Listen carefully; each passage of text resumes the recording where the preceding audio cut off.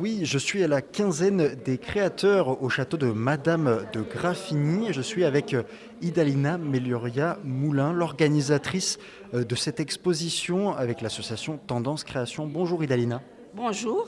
Alors, cette exposition, déjà, elle est née quand? Elle est née il y a 16 ans, suite au week-end créateur qui va avoir 20 ans. Et on a un bel espace, on a un beau jardin, un beau parc.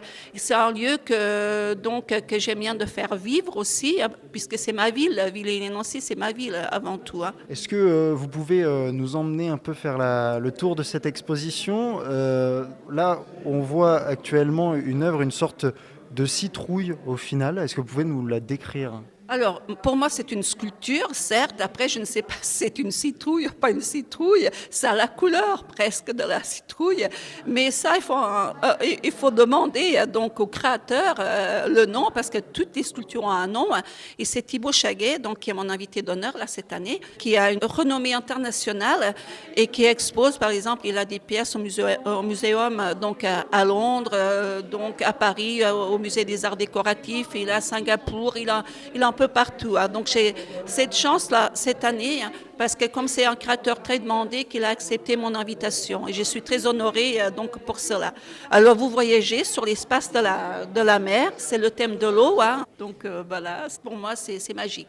Idalina, quel était l'objectif alors de cette exposition ici? Combien d'artistes sont réunis et exposent ici? Alors ici, donc en galerie, ils sont 4. Donc vous avez un verrier, Polo, qui est verrier. Vous avez Thibaut Chaguet, donc le sculpteur sur terre. Vous avez Marité Braster, qui est là. Et vous avez donc l'aquarelle, la peintre Marie, que j'aime beaucoup, c'est ce qu'elle fait parce que c'est vivant. En temps normal, l'aquarelle, ça me parle pas trop, mais elle, ça me parle parce qu'il y a de la couleur, c'est vivant. Donc, il y a 4 créateurs en tout. Donc, il y a des artistes sculpteurs et des peintres. Une peintre, des artistes sculpteurs, les 3, parce que chacun à sa manière. Par exemple, Marité, elle travaille le bronze, aussi bien le pneu, comme la ferraille, comme le fil de fer. Et elle peint aussi, c'est son univers. Quand je m'enseigne ces créateurs, il faut que toutes ces œuvres prennent leur place. C'est-à-dire, quand j'ai invité la peintre, je voulais que ça soit en harmonie avec les sculptures en terre. Et comme, par exemple, le domaine de Marité Braster, c'est un domaine qui est très fort et tout ça, c'est pour ça qu'elle a une salle avec ses peintures pour que ça reste vraiment son univers, parce qu'on ne peut pas le mélanger avec un autre univers. Et ça, c'est important de le savoir. Alors, c'est un casse-tête, certes, tous les ans, parce qu'il faut chercher des nouveaux créateurs. Donc, il faut que ça corresponde au niveau du thème. Mais après, c'est le résultat qui compte. L'année dernière, avec le Covid, vous aviez pu quand même organiser cela? Non, alors donc ça fait 2 ans déjà que ça n'a pas eu lieu. Ce qui est très important là cette année, c'est que c'est la reprise. Mais on est quand même dans un contexte, au niveau de l'art, c'est un peu compliqué, parce qu'entre 2 années de Covid, plus maintenant la guerre en Ukraine, c'est un peu compliqué. Alors donc, les créateurs sont contents de sortir de leurs ateliers, parce qu'avant tout, on crée pour soi, certes, mais on doute quand on est tout seul dans un atelier, on est stressé, on ne sait pas si ça va plaire au public. Et quand il y a des événements comme ça, on a besoin de recharger les batteries, parce que ça fait du bien. Et puis en même temps, il faut gagner sa vie, donc, parce que c'est notre propre métier à tous. L'exposition est gratuite. Les œuvres qui sont ici sont à la vente? Toutes les œuvres qui sont ici sont à la vente. Tout le monde peut acheter. La seule chose, c'est qu'on est obligé de les laisser jusqu'à la fin. On met des petits points rouges, des petites vignettes rouges pour dire que c'est réservé. Elles sont toutes à la vente. Allez, je me dirige vers Thibaut Chaguet. C'est un artiste céramiste de renommée internationale. Il a des œuvres plus de 22 000 € à vendre, qu'il expose au château de Madame de Graffigny. Bonjour Thibaut Chaguet, vous êtes un artiste céramiste. Vous exposez ici à Villers-lès-Nancy, au château de Madame de Graffigny. Qu'est-ce que ça vous fait de venir à Nancy? Pourquoi vous êtes venu à Nancy? Vous avez accepté l'invitation d'Idalina? Déjà, on avait prévu une exposition il y a plus de 2 ans maintenant. On attendait de pouvoir faire l'exposition, et puis Idalina m'a rappelé cette année. C'est une année très chargée pour moi, mais voilà, on a assumé le projet et de voir des gens qui sont très investis dans la promotion des métiers d'art. Et depuis 20 ans, c'est extraordinaire. Donc j'ai beaucoup d'amis qui sont venus exposer.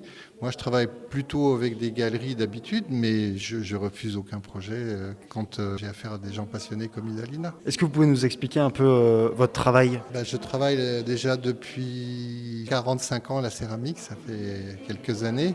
Ça a été une passion de toujours. Et puis mon travail a évolué. Ce qui m'est important, c'est la matière et le mouvement. Au fur et à mesure des années, mes pièces ont évolué, mais je les vois toutes faisant partie de la même famille. Si vous regardez des pièces anciennes, il y avait des pièces beaucoup plus géométriques au départ. Et puis progressivement, il y a des gens qui voient des choses animales parfois, mais mon intention n'est pas de faire une représentation. Comment vous travaillez vos œuvres ? Combien de temps, par exemple, ça met à construire, à créer ces œuvres qui sont devant nous ? Est-ce que vous pouvez nous les décrire au micro ? J'ai une façon de travailler qui est avec des temps longs. C'est pas qu'il faille plus ou moins de temps pour faire une pièce. On peut pas dire combien de temps on met pour faire une pièce parce qu'il y a beaucoup de pièces qui sont faites en collection. Je vais travailler 6 mois sur une collection et dans cette collection, il y a des pièces qui n'aboutiront pas.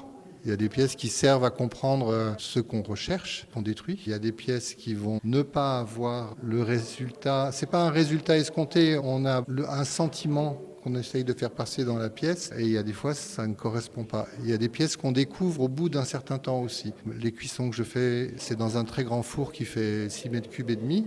Donc il y a beaucoup de pièces dedans. Les pièces les fidèles à l'intention première sont souvent des pièces auxquelles on est moins attaché, paradoxalement. Les entre guillemets surprises de cuisson, parce que c'est un grand four à bois qui cuit 48 heures, posent question et viennent nourrir la réflexion et sont celles qui restent avec le temps. Donc ici il y a des pièces de différentes périodes. Quand on voit là par exemple les boîtes carrées, c'est un projet de l'année dernière. Dans une usine, j'ai travaillé sur une très grande pièce faite avec des tomates. Vous reconnaissez peut-être les formes carrées. Ce sont des éléments qui servent normalement à faire des sols et je les ai détournés pour faire des boîtes qui évoquent les boîtes japonaises pour les boîtes en bois dans lesquelles on met les bols pour la cérémonie du thé. La réflexion se fait dans la longueur et dans la progression. La question du prix peut-être ? Vous les vendez combien au final vos œuvres ? Alors ici on a des œuvres, je crois que les premiers prix sont aux alentours de 150 et la plus grande pièce qui est dans la vitrine juste derrière moi est à 22 000 €. Mais après je fais